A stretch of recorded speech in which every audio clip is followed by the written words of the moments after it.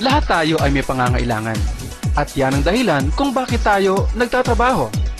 Pero kadalasan, hindi sapat ang kinikita natin sa trabaho, kaya hindi rin natin natutustusan lahat ng pangangailangan natin. Kaya naman, di natin maiwasan na mag-isip ng dagdag na pagkakitaan, lalong-lalo na ang magnegosyo. Sa panahon ngayon, hindi biro ang mag-umpisa ng isang negosyo.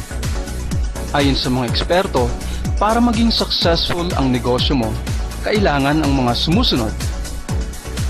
Una, dapat ang produkto mo ay kailangan ng tao. Pangalawa, ang produktong binibenta mo ay dapat na highly consumable or yung madaling maubos para laging may repeat business ka. Pangatlo, dapat abot kaya ng tao ang produkto mo. Mas mura pero di na isasakripisyo ang kalidad. Pang-apat, dapat may magandang kita sa negosyo mo para hindi ka lang umaasenso, lalo ka pang gaganahang magpatuloy hanggang lumaki ng husto ang negosyo mo. At pang-lima, dapat ang negosyong napili mo ay pangmatagalan at hindi seasonal. Ibig sabihin, tuloy-tuloy ang takbo ng negosyo mo anumang panahon. May negosyo ba sa panahon ngayon na kuha ang lahat ng ito pero di malaki ang puhunan na kailangan mong ilabas? Meron. Ganito ang oportunidad na ipinagkakaloob ng isang kumpanyang matagal-tagal na rin sa larangan ng pagnenegosyo. Ipinakikilala ang V-Mobile Technologies Incorporated. Ang V-Mobile Technologies Incorporated ay itinatag noon pang April 2008. Ito ay isa sa mga subsidiaries ng Penta Capital Group of Companies na isang kilalang independent investment house sa Pilipinas. Ang ABS-CBN, San Miguel Corporation, EDSA MRT Holdings, Coca-Cola Bottlers, at SM Investments Corporation ay ilan lamang sa mga kliyente ng Penta Capital Group of Companies. Pinatutunayan lamang nito kung gaano katatag at ka-established ang V-Mobile. So anong oportunidad sa pagnenegosyo ang binibigay sa atin ng V-Mobile? Ito ay walang iba kundi ang e-loading or prepaid loading business. Alam na natin na marami na ang naglo-loading business ngayong panahon. Kahit saan ka pumunta, tiyak na may mapagloloadan ka. So ang tanong, ano naman ang pinagkaiba nito sa loading business na ino-offer sa atin ng V-Mobile?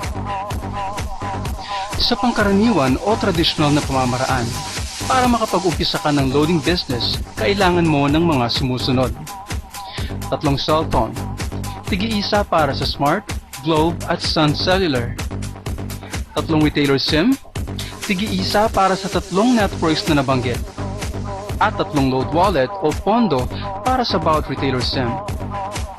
Karaniwang umaabot sa 8,250 pesos ang puhunang kailangan mo para makapag-umpisa ng loading business sa tradisyonal na paraan. Malaking halaga ito para sa karamihan sa atin, kaya hindi lahat ng Pilipino ay kayang mamuhunan sa ganitong negosyo. Eto na, sa V-Mobile mas higit na maganda ang loading business. Paano natin nasabi? Sa V-Mobile, hindi mo na kailangan bumili ng 3 cellphone. Hindi mo na rin kailangan bumili ng 3 retailer SIM. At lalong hindi mo na kailangan mag-maintain ng 3 load wallets. Ang nag-iisang cellphone na gamit mo at ang personal na SIM card na nasa loob ng cellphone mo, ito lamang ang kailangan mo at pwede ka na makapag-load para sa lahat ng networks. One phone, load all, ika nga. O di ba mas maganda? Sobrang laki na natipid mo dahil hindi mo na kailangan gumastos pa sa pagbili ng 3 cellphone at 3 retailer SIM. At ito pa ang mas maganda. Sa V-Mobile loading business, hindi lang electronic loads or e-load ang pwede mong ibenta. Kasama pati mga PIN-based cards tulad ng cellphone cards, landline cards, prepaid internet, online gaming, at marami pang iba. Lahat ng ito through text ang bentahan. Di mo na kailangan ng physical inventory ng phone cards. Hindi yan kayang gawin sa pangkaraniwan o traditional na loading business. And there's more. Pwede mong makita ang sales inventory mo sa sarili mong website via www.vmobile.com. loadextreme.ph. Ang LoadExtreme ang tawag sa system na ginagamit ng V-Mobile na siyang nagbibigay sa lahat ng V-Mobile members ng access sa tatlong networks. Kaya nga isang cellphone lang ang kailangan mo. So kung sa traditional na paraan ay 8,250 pesos ang aabutin ng puhunan mo, magkano naman ang puhunan mo sa V-Mobile para maging isang retailer or naglo-loading business? 300 pesos lang. Piryuun mo, nakatipid ka ng 7,950 pesos. Malaking halaga yan. Sa halagang 300 pesos at gamit lamang ang isang cellphone at existing SIM card mo, pwede ka nang magkaroon ng sarili mong loading station. Sakop ang lahat ng networks. Isipin mo, sa isang retailer SIM lang, gagastos ka ng 250 pesos. Isang network lang yan. Sa V-Mobile, ang 300 pesos mo, kaya lahat ng networks. Kasama pati pagbebenta ng phone cards through text lang. Higit na mas maganda, hindi ba? Hindi lang yan. Sa V-Mobile, mas convenient o madali ang pagre-replenish ng load wallet mo. Hindi mo na kailangang magpa-load wallet lagi sa isang dealer. Ang kailangan mo lang gawin ay mag-deposit para sa iyong load wallet sa account ng V-Mobile sa kahit anong branch ng mga bangkong ito. BDO or Banco de Oro, BPI or Bank of the Philippine Islands, Metro Bank at Union Bank. Same day ang crediting ng deposits mo sa mga bangkong ito at walang interbranch charges. Sa V-Mobile, mas madali na talagang mag-umpisa ng loading business. Mura ang kapital, mas maraming kayang ibenta, sakop lahat ng networks, mas malaki ang pwedeng kitain, at mas maginhawa ang pagre-replenish ng load wallet mo.